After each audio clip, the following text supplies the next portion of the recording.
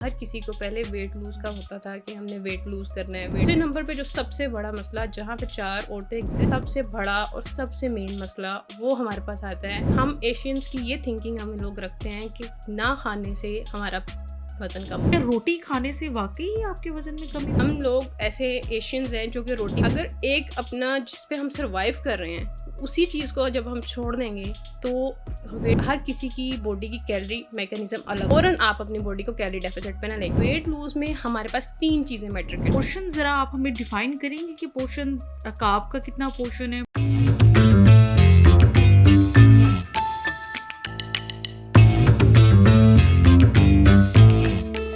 बिस्मिल्लाहिर्रहमानिर्रहीम, अस्सलाम वालेकुम। अलिफ पॉडकास्ट में आप सबको खुशामदीद। नाज़रीन, मैं हूँ आपकी होस्ट राजिया मुनीर। अच्छा नाज़रीन, हेल्थ जो है हम सबके लिए एक बहुत ही अहम इशू है और अगर हम इसको निगलेक्ट कर दें तो शायद हमें बड़ा ज़्यादा नुकसान हो सकता है। और हमें आज के अगर हम दौर की जहाँ पे बात करें, जहाँ पे बहुत ज़्यादा लोग जंक फूड खाते हैं, ऐसे अनहेल्दी इंटेक करते हैं जिसकी वजह से आपके जिस्म में जो है ऐसी चीज़ें, ऐसी तब्दीलियाँ रोनुमा होती हैं जो कि हमें फ्यूचर में इनका सामना जो है करना पड़ सकता है।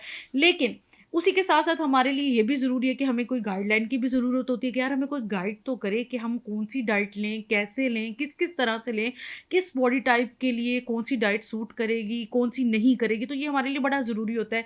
आज हमने इसी टॉपिक से रिलेटेड जो है हमने एक डाइटिशियन है डॉक्टर रमशा लतीफ़, उनको हमने जो है ज़हमत दी है हमारे स्टूडियो में, वो आई हैं और आज हम उनसे बात करेंगे डाइट के हवाले से कि किस तरह से हम अपना लाइफ़स्टाइल जो है वो हेल्दी कर सकते हैं। अस्सलाम वालेकुम and welcome to the podcast. कैसी हैं आप? अल्हम्दुलिल्लाह, आपका सबसे पहले बहुत बहुत शुक्रिया।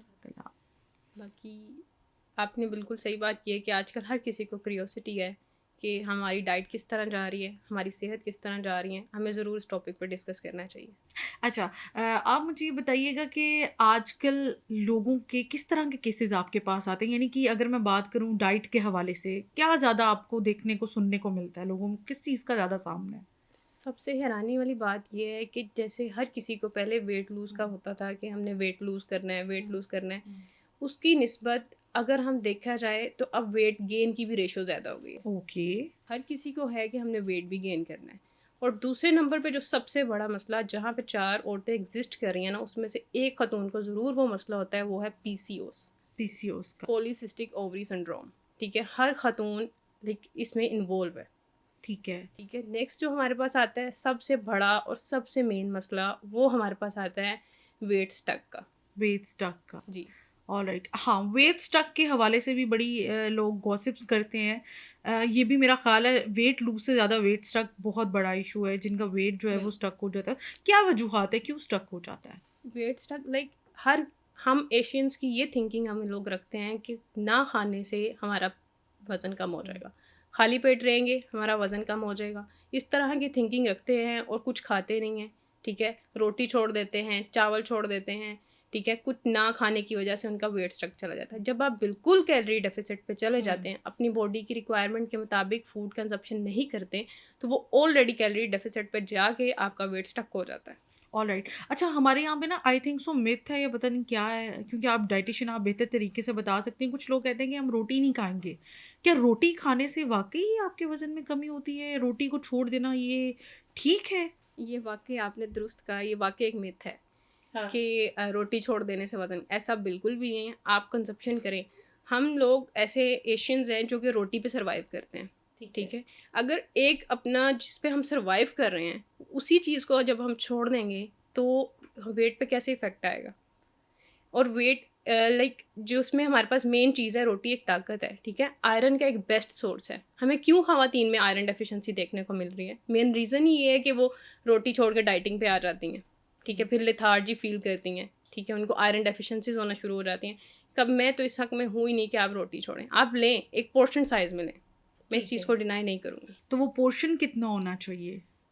अगर हम देखा जाए, हर किसी की बॉडी की कैलोरी मैकेनिज़्म अलग होता है। ठीक है? उसकी बॉडी को कितनी कैलोरीज़ की रिक्वायरमेंट है, पूरे पाकिस्तान को अच्छे से पता है कि वेट लूज़ करना है तो हमने कैलोरी डेफ़िसिट पे जाना है। ठीक है? ये नहीं पता कि कैलोरी डेफ़िसिट पे जाना कैसे है। और ये थोड़ा-सा बताएँ, ये है क्या कैलोरी डेफिशिएंट? बेसिकली ये होता है कि आप अपनी बॉडी के मुताबिक आपकी जो कैलोरीज़ आती हैं, ठीक है? हमारे पास इतनी आजकल टेक्नोलॉजीज़ आ गई हैं, चैट जीपीटी से हमारी आवाम बहुत समझदार है, वो अपनी कैलोरीज निकालती हैं, ठीक है।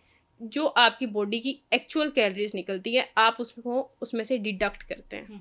और वो निकलती किस तरह से है कि आपको अपना वेट उस पे पुट करना पड़ता है? जी बिल्कुल, आपके वेट, हाइट, एज आपने उसमें मेंशन करना होता है, देन आपकी कैलोरीज निकलती है। ठीक है। ठीक है। अब कुछ ख़वातीन क्या करती हैं, अब जो मैकेनिज़्म होता है आप फ़ौरन कैलोरी डेफिसिट में नहीं जा सकते हैं, ये एक नेचुरली फिनोमेना है। आपका स्टमक आपका जो है ख़राब हो जाता है, किडनीज इफ़ेक्ट होती हैं, आप जाएं, मैं ये नहीं कह रही कैलोरी डेफिसिट में ना जाएं, आप जाएं लेकिन टाइम लें। आप टाइम एक फ़ौरन आप अपनी बॉडी को कैलोरी डेफिसिट पे ना लेके जाएं। अगर आप आज -50 कर रही हैं तो नेक्स्ट डे 2-3 दिनों के बाद आप -100 करें, इसको फर्दर लेके जाएं। फ़ौरन कैलोरी डेफिसिट करेंगी फिर ब्लड प्रेशर लो हो जाएगा, ब्लड शुगर लेवल के इश्यूज़ होना शुरू हो जाएंगे, तो फिर वो काम ठीक नहीं रहता। हाँ ठीक है। तो ऐसी क्या खुराक हमें खानी चाहिए जिससे हमारा वज़न भी मेंटेन रहे और हमें जो है एक ताकत भी मिले? वो कौन सी आप उसको क्या रिकमेंड करेंगे आप? उसमें सबसे मेन चीज़ है मैं कभी भी किसी चीज़ से, किसी फूड से डिनाई नहीं करती कि ये कंजप्शन नहीं करनी, ये कंजप्शन नहीं करनी। सब कुछ लें, एक पोर्शन साइज़ में लें। और वेट लूज़ में हमारे पास 3 चीज़ें मैटर करती है। 3 चीज़ें जिसमें हमारे पास आता है, अगर आप देखें तो स्लीपिंग साइकिल सबसे पहले आता है।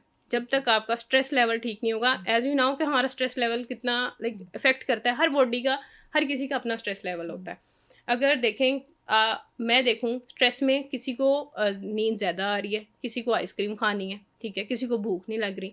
जब तक स्ट्रेस लेवल, आपका स्लीपिंग साइकिल मेंटेन नहीं होगा, आप प्रॉपर तरीके से एक्सरसाइज नहीं करोगे, प्रॉपर तरीके से आप फूड कंजप्शन नहीं करोगे, तो आपका वेट लूज़ नहीं हो सकता। ये तीनों चीज़ें मैटर करती हैं। अच्छा, ठीक हो गया। और आपने एक चीज़ बताई अभी कि आपको पोर्शंस लेने हैं, ठीक जी। है? तो वो पोर्शन ज़रा आप हमें डिफ़ाइन करेंगे कि पोर्शन कार्ब का कितना पोर्शन है, प्रोटीन का कितना है और इसको थोड़ा-सा डिफ़ाइन करें। अब हमारे में एक थिंकिंग समझी जाती है, आपने कार्ब्स की जो है कंजप्शन आपने नहीं करनी। कार्ब्स की जो कंजप्शन आपने बिल्कुल भी नहीं करनी, लेकिन ऐसा बिल्कुल भी नहीं है। अब हमारे पास 2 तरह के कार्ब्स आते हैं, कॉम्प्लेक्स कार्ब्स भी आते हैं, रिफाइंड कार्ब्स भी आते हैं। रिफाइंड कार्ब्स आपको बेकरी प्रोडक्ट्स, बेकरी आइटम्स में मिल रहे हैं, ठीक है, कार्बोनेटेड बेवरेजेस आप देख लें, ठीक है, इस तरह के। तो आपके कार्ब्स कभी भी जो है छोड़ने नहीं चाहिए, ठीक है। आपने एक प्लेट बनानी है, उसमें आपके पास वेजिटेबल्स भी होना चाहिए। वेजिटेबल्स अगर सैलड ले रही हैं तो वेजिटेबल सैलड में फ्रूट का इस्तेमाल भी लाजमन करें, ठीक है। जब आप लेमन स्क्वीज़ करती हैं तो विटामिन सी उसमें ज़रूर ऐड करें, ठीक है। देन आप उसके बाद आपके पास रोटी, जो कि कार्ब्स का गुड सोर्स है, प्रोटीन का गुड सोर्स है, ठीक है। देन हमारे पास सालन आ जाता है, ठीक है। सालन एक वेजिटेबल अगर हो, उससे कभी भी मैं डिनाई नहीं करती कि आपने कम लेना है, ठीक है, बिकॉज जो एक वेजिटेबल्स, ग्रीन लीफी वेजिटेबल्स हैं, वो रिच इन एंटीऑक्सीडेंट हैं, ठीक है, ठीक है। उसमें कैंसरिंग एजेंट्स ऐसे जो आपको प्रिवेंट करते हैं, ठीक है। कभी भी इन चीज़ों से डिनाई नहीं करूँगी। और आपकी प्लेट के अंदर एक मुकम्मल तौर पे ये मील होना चाहिए, ये डिज़ाइन होना चाहिए, ताकि आपको एक ही मील में मुकम्मल तौर पे न्यूट्रिएंट्स मिलें।